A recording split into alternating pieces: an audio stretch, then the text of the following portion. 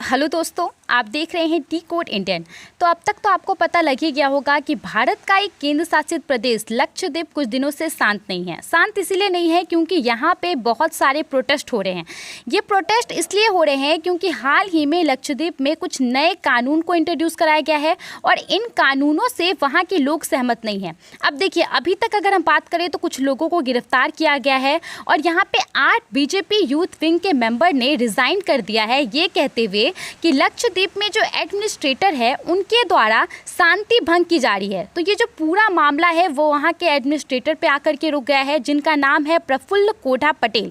तो जानेंगे क्या है ये पूरा मामला, किन कानूनों को लेकर के वहाँ के लोग प्रोटेस्ट कर रहे हैं, इन सब के बारे में। लेकिन उससे पहले थोड़ा सा लक्षद्वीप और वहाँ के लोगों के बारे में जान लेते हैं, तो आपको ये पूरा मैटर समझने में बहुत ही ज़्यादा आसानी होगी। देखिए, लक्षद्वीप एक ऐसा आइलैंड है जो 35 छोटे छोटे आइलैंड से मिलकर के बना हुआ है। ठीक है, आप यहाँ पे देख सकते हैं केरल के समीप है ये, और इसकी जो कैपिटल है वो कावरत्ती है। इसके अलावा अगर हम बात करें तो इसका फॉर्मेशन 1 नवंबर 1956 को हुआ था। यहाँ के जो एडमिनिस्ट्रेटर हैं, देखिए यहाँ पे एलजी नहीं है, यहाँ पे एडमिनिस्ट्रेटर हैं प्रफुल्ल कोढ़ा पटेल।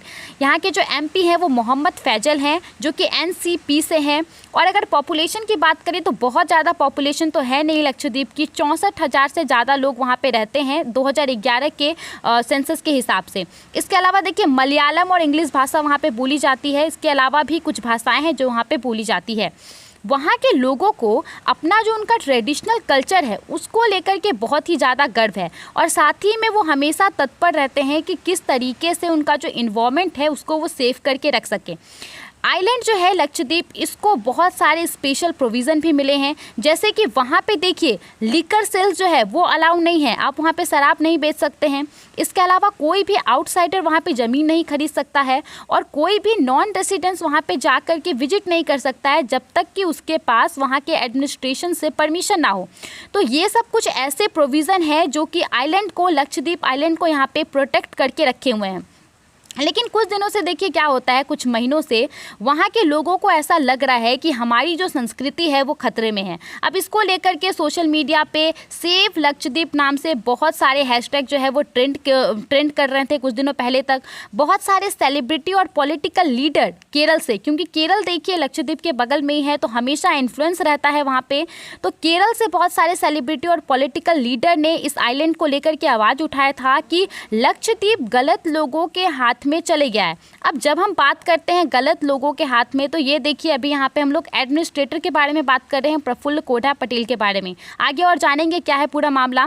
देखिए यहाँ पे ये जो पूरा इशू है वो शुरू होता है, वहाँ के जो फॉर्मर एडमिनिस्ट्रेटर हैं लक्षद्वीप के, जिनका नाम था दिनेश्वर शर्मा, उनकी लंग डिजीज से 4 दिसंबर 2020 को मृत्यु हो जाती है। ठीक है, उसके बाद एक नए एडमिनिस्ट्रेटर को चुना जाता है, प्रफुल्ल कोढ़ा पटेल को। ये फॉर्मर एमएलए हैं गुजरात से, और जब प्रधानमंत्री मोदी जब गुजरात में मुख्यमंत्री थे उस समय में उनके साथ भी प्रफुल्ल कोढ़ा पटेल काम कर चुके हैं, होम मिनिस्टर अमित शाह के साथ भी काम कर चुके हैं कैबिनेट में, तो उनको यहाँ पे चुना जाता है। अब इनके ही द्वारा कुछ नए रिफॉर्म को यहाँ पे सेट किया जाता है, जिसको देख करके कुछ नए कानूनों को लेकर के ड्राफ्ट किया जाता है, जिसको लेकर के वहाँ के जो रेसिडेंट्स हैं वो खुश नहीं होते हैं। उनको ये ऑटोक्रेटिक रूल लगता है, यानी कि मनमाना एक रूल लगता है।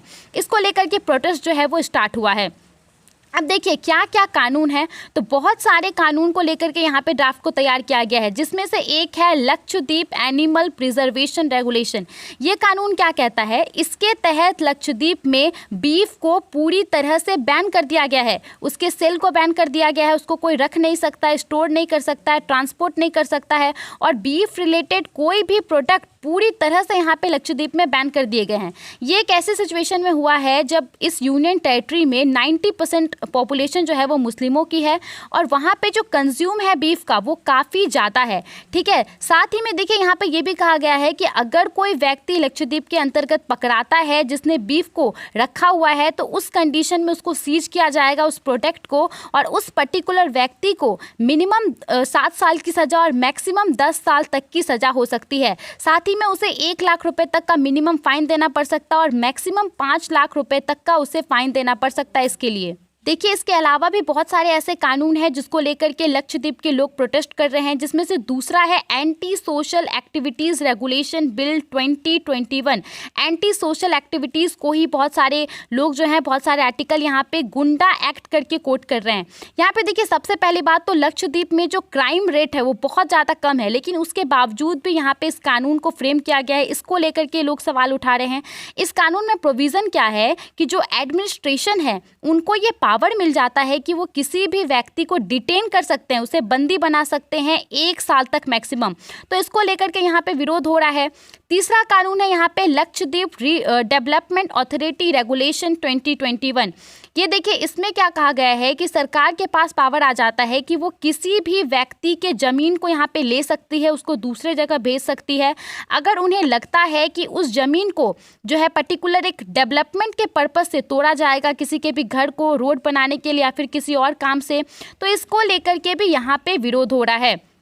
इसके अलावा जो एक और कानून है वो ये है कि जो लक्षद्वीप का पंचायत स्टाफ रूल्स, उसमें कुछ अमेंडमेंट कराए गए हैं। ठीक है, अब ये जो अमेंडमेंट है उसमें ये कहा गया है कि कोई भी ऐसा व्यक्ति जिसके 2 से ज़्यादा बच्चे हैं वो पंचायत इलेक्शन को नहीं लड़ सकता है। अब ये सब सारे यहाँ पे ड्राफ्ट हैं, इसको अभी कानून में नहीं बदला गया है, तो यहाँ पे भी सजेशन लिए जाएंगे। लेकिन इन सब कानूनों को लेकर के ही लक्षद्वीप के जो लोग हैं वो खासा नाराज़ हैं, प्रोटेस्ट कर रहे हैं। और ना कि सिर्फ लक्षद्वीप, अब तो ये एक नेशनल मुद्दा बन गया है।